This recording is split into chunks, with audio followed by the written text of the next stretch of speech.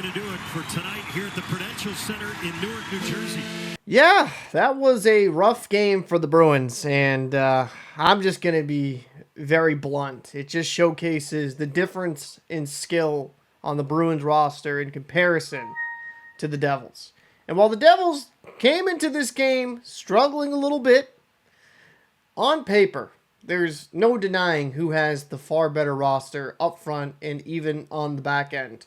And if the Bruins are going to want to win against good teams, they cannot have the stupid mental mistakes they had tonight. It was inexcusable. I understand they can panic chasing the puck, but another fatal flaw the Bruins defenders have is instead of picking their head up and looking for options, they're just panicking, throwing up the boards, and due to that, the other team's able to sustain offensive zone pressure. Instead of taking that second to pick up your head and maybe look at the center as an option on a breakout and having a clean breakout, they just panic, throw it up the wall, and the Bruins can't break it out of their own end. And the Devils made them pay for that. And I gotta say this, before I go into the period-by-period breakdown with highlights. If you blame Jeremy Swayman for this game, you're smoking crack. He played phenomenal in this game. And I have been critical of Swayman on this channel. So don't think I'm some Swayman defender. But I'm going to be very, very, very clear here. The only reason that man got pulled before the third period, or I should say for the third period, is because they want to save him for the next game in Ottawa. Why wouldn't you? He's made some great saves. Like, there was a 4-minute stretch in the second period that he was just standing on his head, and it was ridiculous. I can't blame Swayman for the shitty defense in front of him. Just missed assignments, not picking up. No communication by the Bruins defenders. Again, I'm not mad at the Bruins loss because I feel like the Devils are a superior team. But with basic mistakes, miscommunication, shooting yourself in your own foot, that's where it gets annoying as a fan.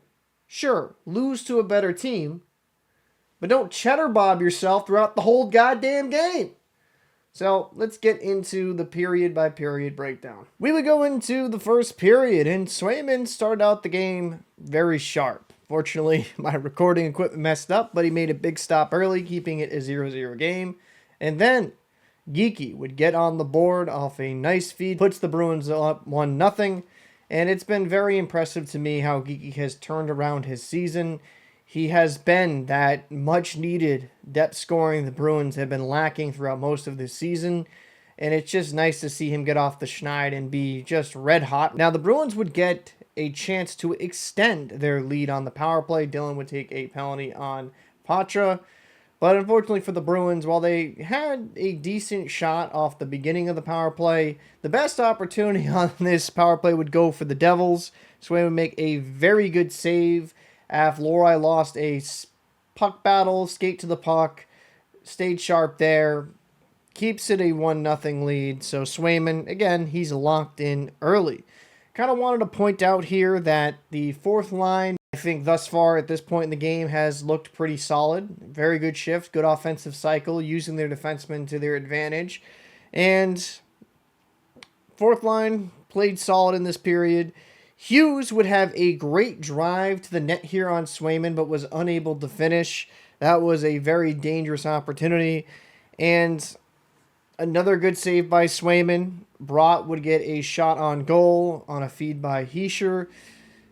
Just very on his angles, on point, looking very locked in. Bruins would struggle to get the puck out of their own end, and due to that, Osterler would take an interference penalty, and the third-ranked power play in the NHL would get a very good opportunity to tie up this game. So the Devils would go on the power play, and Swayman, he tries to clear the puck here, and this is just a pizza right up the middle.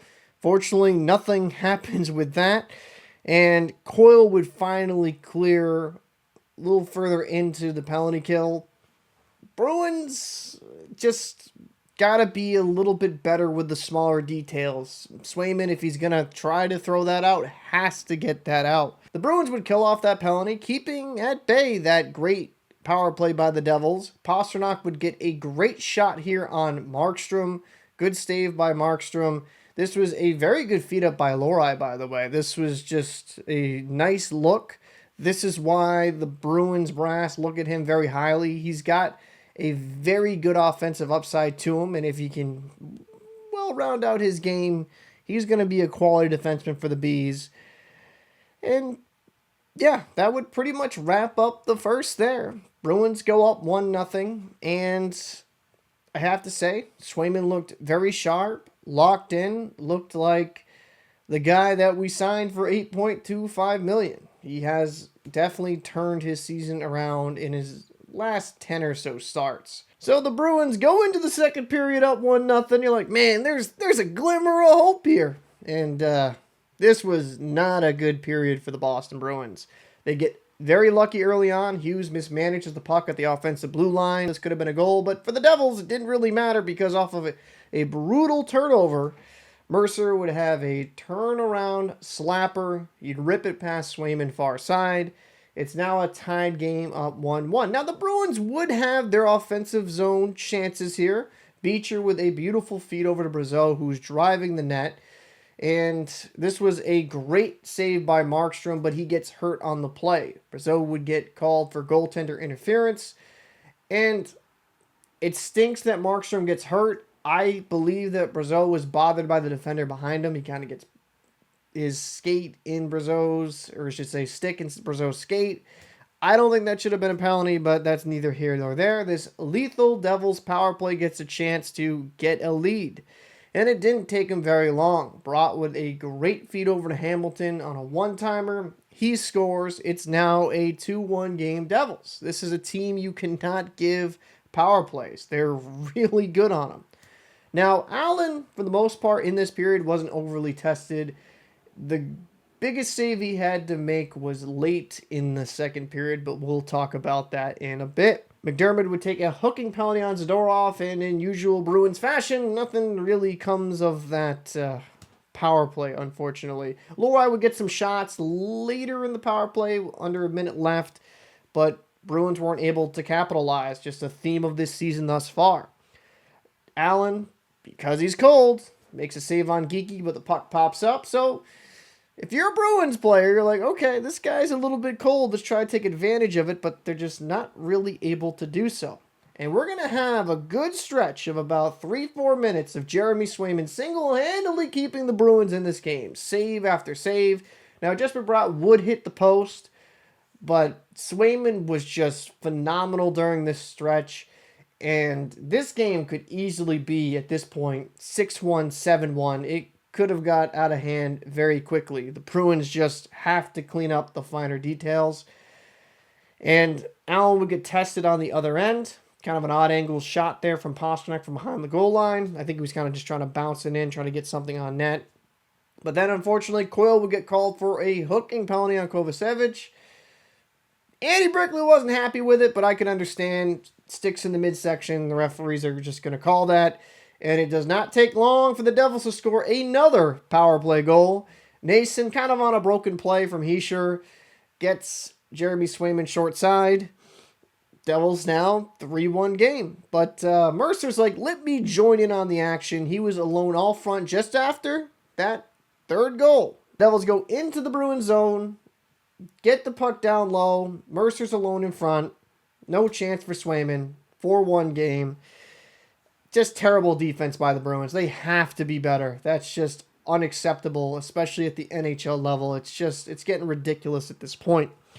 Now, Pastrnak would shoot a muffin on Allen. Not a big save here, but with 40 seconds left in the second, Allen makes a phenomenal save on Wahlstrom. Lindholm going around the diving, sprawling defender, throws her to Wahlstrom. And, well, yes, Wahlstrom should have elevated that puck. What a phenomenal, spectacular kick save by Allen. Coming in cold, coming up big. That would do it for the second period. The Devils remain up 4-1. The Bruins have a lot of work ahead of them. And the second period is where the Devils are known to be extremely lethal, and, well, they lived up to that reputation. So Korpisalo would be put in net for the third period, and I don't think this has anything to do with Swayman playing poorly. He played great in this game. None of those goals were really on him. They were just some really poor defensive miscues. He made some great stops, and this indicates that Swayman will be in net against the Ottawa Senators tomorrow night. Now, going into the third, early on, Geekie gets a high sticking penalty, putting the Devils back on the power play. But Bruins were able to kill it. Korpisalo made a nice stop. And later on in the third period, because why not, Markstrom gets a roughing penalty, kind of a scrum. He even hits the referee, which that could also end up being a fine or suspension, especially with his reputation. We'll see how that pans out. So the Devils go on the power play yet again. And the Bruins, though, would have a great shorthanded chance. Beecher would get tripped on this rebound after a coil drive. And we have some 4-on-4 action for 49 seconds.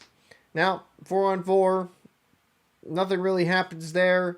Bruins go on the power play, and they were terrible trying to enter in the zone. The Bruins got to figure something out here where they can either go in with speed or dump and chase, and they're just wheeling, because their entries on this power play and just in general have been abysmal. Now, while the power play was winding down, Allen would make a couple nice stops, keeping it only one goal for the Bruins. And then Lettieri would get a high-sticking penalty, and Korpisalo would make a nice kick save. But then eventually Hamilton from the point goes off Zacha, it looks like, and in. Devils go up 5-1. And, yeah, that's not what you like to see. Now, Pasternak would get a nice shot here. Kick saved by Allen later on, late in the third period. Bruins would get a delay of game penalty late. But, yep, pretty much the game there. Devils win 5-1. Yeah, rough loss for the Bruins. It is what it is. They're going to have to bounce back against Ottawa Senators tomorrow night. And maybe it's a wake-up call for the Bruins. They got to be better with the finer details. They just do. And the reports of them having a really bad practice, well, that kind of showed itself ugly in the second and third period. That's just inexcusable to happen. And while, yes, I believe the Devils have a better roster, I don't think by that much. It's just cleaning up their game and playing responsible defense and just being smarter with the puck and making better decisions with the puck. I think this Bruins team can be a wild card team. They just need to clean up the finer details. But let me know what you thought of the Bruins play tonight. Devils fans, I'm sure you're rejoicing at this victory. So let me know your thoughts down below in the comments section. And Bruins fans, what's your knee-jerk reaction to this loss? Trade everybody? Call up everybody from Providence? Let me know your thoughts down below in the comment section. Got the Paul. See you in the next one.